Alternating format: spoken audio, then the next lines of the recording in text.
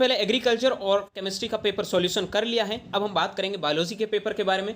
Agriculture और chemistry का paper का सॉल्यूशन अभी तक आपने नहीं देखा है तो वीडियो में जाके वो वीडियो पहले देख ले। अब हम बात करेंगे बायोलॉजी के पेपर सॉल्यूशन के बारे में। ज़्यादा हम टाइम वेस्ट नहीं करते हैं क्योंकि होता है ना, सबको आंसर चाहिए जल्दी से जल्दी, कहाँ आंसर मिल जाए, ठीक है। तो उसी में हम बात करते हैं। तो फर्स्ट क्वेश्चन है, निम्नलिखित में से कौन सा नाइट्रोजनी सार आरएनए में नहीं पाया जाता है? तो आपको पता है कि थाइमिन होता है वो आरएनए में नहीं पाया जाता है, तो इसका करेक्ट आंसर जाएगा वो जाएगा थाइमिन, ठीक है। सेकंड क्वेश्चन है, निम्नलिखित में से कौन सी ग्रीन हाउस गैस नहीं है? तो बिल्कुल सोचने वाली ज़रूरत ही नहीं है, इसका जो करेक्ट आंसर जाएगा वो जाएगा SO2, क्योंकि N2O, CO2 और CH4 हैं वो ग्रीन हाउस गैस होती है, लेकिन SO2 है वो ग्रीन हाउस गैस। अगला क्वेश्चन है, निम्नलिखित में से कौन सी एक वही स्थानीय संरक्षण प्रक्रिया नहीं है? तो फर्स्ट ऑप्शन है बॉटनिकल गार्डन, सेकंड ऑप्शन है बायोस्फीयर रिजर्व, थर्ड ऑप्शन है बीज बैंक और फोर्थ ऑप्शन है होम गार्ड। तो इसका जो करेक्ट आंसर जाएगा वो जाएगा आपका होम गार्डन, ठीक है। अगला क्वेश्चन है, निम्नलिखित में से कौन सा डिडोर्स का उदाहरण है? डिट्रीवॉर्स का उदाहरण है, डिट्रीवॉर्स का उदाहरण है। तो इसका करेक्ट आंसर जो जाएगा वो फोर्थ का वो जाएगा सेकंड, केचुआ है वो डिट्रीवॉर्स का एग्जाम्पल है। अगला क्वेश्चन है, अनुप्रस्थ विभाजन पाया जाता है? फर्स्ट ऑप्शन है हाइड्रा, सेकंड ऑप्शन है पैरामीशिया, थर्ड ऑप्शन है यूग्लिना, फोर्थ ऑप्शन है अमीबा। तो फोर्थ का करेक्ट आंसर जाएगा, मतलब पांचवें का जो करेक्ट आंसर जाएगा वो जाएगा सेकंड, पैरामीशियम है जिसमें अनुप्रस्थ विभाजन पाया जाता है, ठीक है। छठा क्वेश्चन है, निम्नलिखित में समुद्री मछली और समुद्री खरपतवार मुख्य रूप से किसके लिए उपयोग लिए जाते हैं? तो छठे का जो इसका करेक्ट आंसर है वो आयोडीन है। आपने अगर समुद्री मछली और समुद्री खरपतवार के बारे में पढ़ा तो आयोडीन जरूर उसके साथ में कहीं ना कहीं आपको देखने को मिला था। सातवां क्वेश्चन है, जब किसी कोशिका को हाइपरटोनिक विलयन में रखा जाता है तो कोशिका बन जाती है? तो सातवें का जो करेक्ट आंसर जाएगा वो जाएगा प्लाज्मा, ठीक है, प्लाज्मोलाइज्ड। आठवां क्वेश्चन है, फाइलम कॉर्डेटा के निम्नलिखित में से कौन सा सदस्य आमतौर पर बाहरी निषेचन दिखाता है? तो आठवें का जो करेक्ट आंसर जाएगा वो जाएगा एम्फीबिया। नौवां क्वेश्चन है, निम्नलिखित में से कौन सा हार्मोन ऑक्सीन नहीं है? तो नौवें का बहुत इजी क्वेश्चन था, तो करेक्ट आंसर जाएगा जिएटिन है वो एक प्रकार का ऑक्सीजन का मतलब टाइप्स नहीं है, ठीक है। 10वां क्वेश्चन है, निम्नलिखित में से कौन सा एक रंजक सामान्यतः पादप उत्तक के अभिरंजन के लिए उपयोग में लिया जाता है? तो 10वें का जो करेक्ट आंसर जाएगा वो जाएगा सेफ्रोनाइन, ठीक है। 11वां क्वेश्चन है, निम्नलिखित में से कौन सा एक रेशा उत्पादक पौधा नहीं है? तो 11वें का जो करेक्ट आंसर जाएगा वो जाएगा सेकेरम ओपिसिनेरम, गन्ना है जिसका उपयोग आप रेशे उत्पादन में नहीं कर सकते, ठीक है। निम्नलिखित में से किस वैज्ञानिक ने दबाव प्रवाह परिकल्पना दी थी? ये तो इजी क्वेश्चन है यार, प्लांट फिजियोलॉजी का स्टार्टिंग ही पूछा था अर्नेस्ट मूस ने, जो निम्नलिखित में से वैज्ञानिक दबाव प्रवाह की परिकल्पना दी थी। अगला क्वेश्चन है, द्विनाम पद्धति किसके द्वारा दी गई? तो सोचने की ही जरूरत नहीं है, इसका 13वें का जो करेक्ट आंसर जाएगा वो जाएगा कॉर्लस लिनियस। 14वां क्वेश्चन है, टर्नर सिंड्रोम का जीनोटाइप है?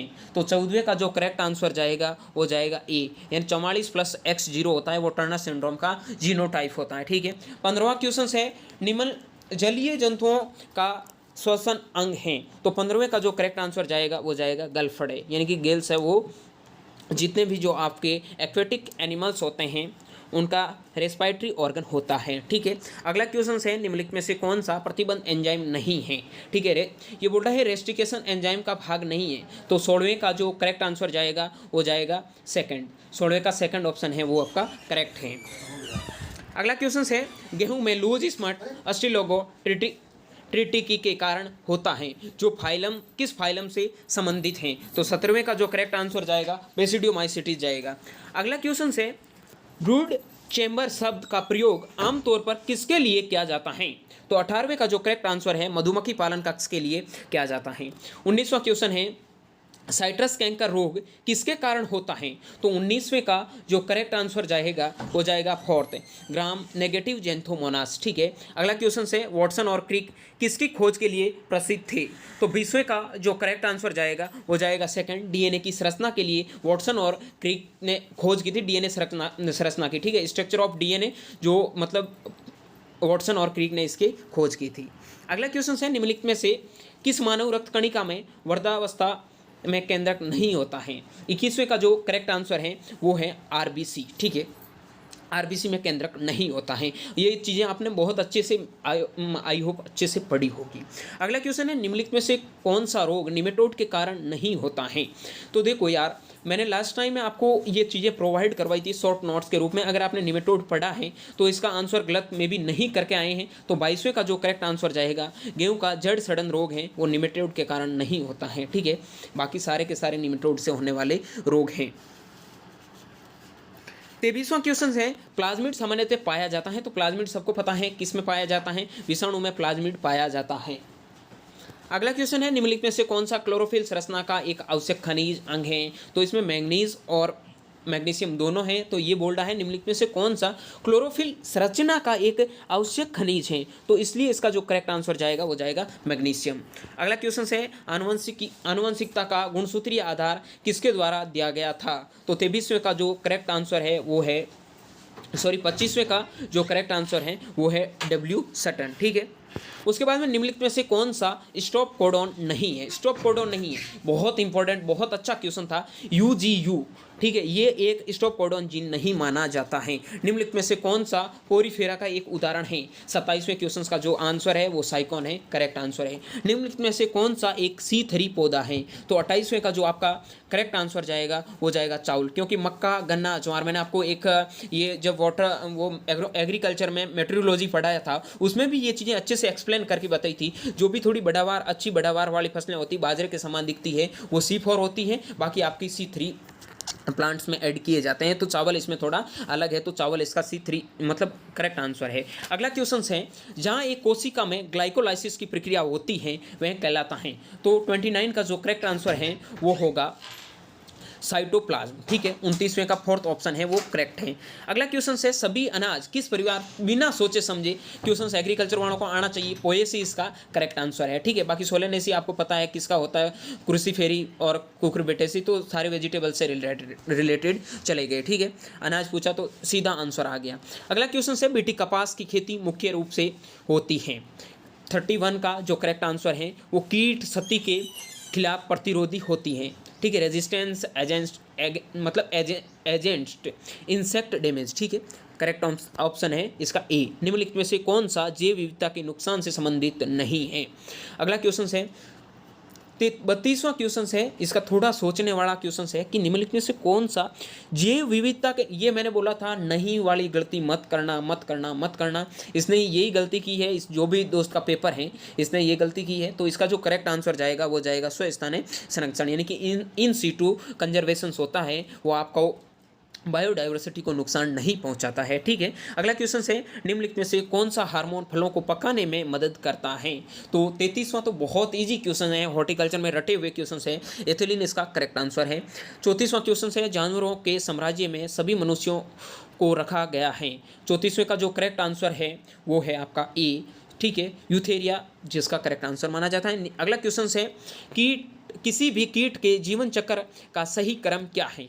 बहुत अच्छा क्वेश्चन है, एंटोमोलॉजी का थोड़ा सोचने वाला क्वेश्चन है। तो इसका जो करेक्ट आंसर जाएगा वो जाएगा अंडा, उसके बाद में लार्वा में जाती, उसके बाद में प्यूपा में जाती, वयस्क, यानी कि एग, लार्वा, प्यूपा और एडल्ट। ठीक है, तो वयस्क वयस्क वयस्क, ये आपको थोड़ा लगेगा कि अंडा अंडा अंडा वयस्क वयस्क वयस्क, तो बीच वाला थोड़ा देखते तो आराम से आपका आंसर हो जाता। ठीक है, ये पहले और तीसरे में ही कंफ्यूज था, बाकी तो हो ही नहीं सकते थे। अगला क्वेश्चन है, निम्नलिखित में से किस पौधे में अपस्थानिक जड़ अनुपस्थित होती हैं?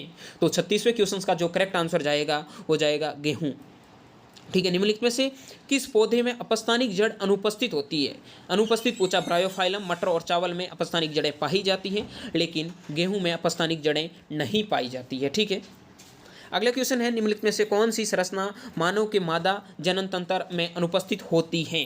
तो 37वें का जो करेक्ट आंसर जाएगा वो जाएगा एपिडिडिमिस में, जो मतलब मानव मादा जनन तंत्र की संरचना अनुपस्थित होती है। 38वां क्वेश्चन है, निम्नलिखित में से कौन सा संघ आर्थ्रोपोडा सदस्य नहीं है? आर्थ्रोपोडा का सदस्य नहीं है, तो 38वें का जो करेक्ट आंसर जाएगा स्टारफिश है, वो आर्थ्रोपोडा का सदस्य नहीं है। 39वां है, आम का नाम मेजीफेरा इंडिका जिसका मैग्नीफेरा संकेत करता है? तो आपको पता होगा कि जीन्स और वंश को करता है, तो इसका जो करेक्ट आंसर जाएगा वो जाएगा आपका, मतलब प्रजाति को पीछे से करता है, आगे वाला किसको डिनोट करता है, जीन्स को करता है, तो मेजिफेरा इंडिका। मेजिफेरा पूछा है तो मेजिफेरा किसको करता है, जीन्स को करता है। ये एनसीईआरटी में आपको अच्छे से पहले दूसरे चैप्टर में ही देखने को मिल जाए, मे भी पहले चैप्टर में हो सकता है।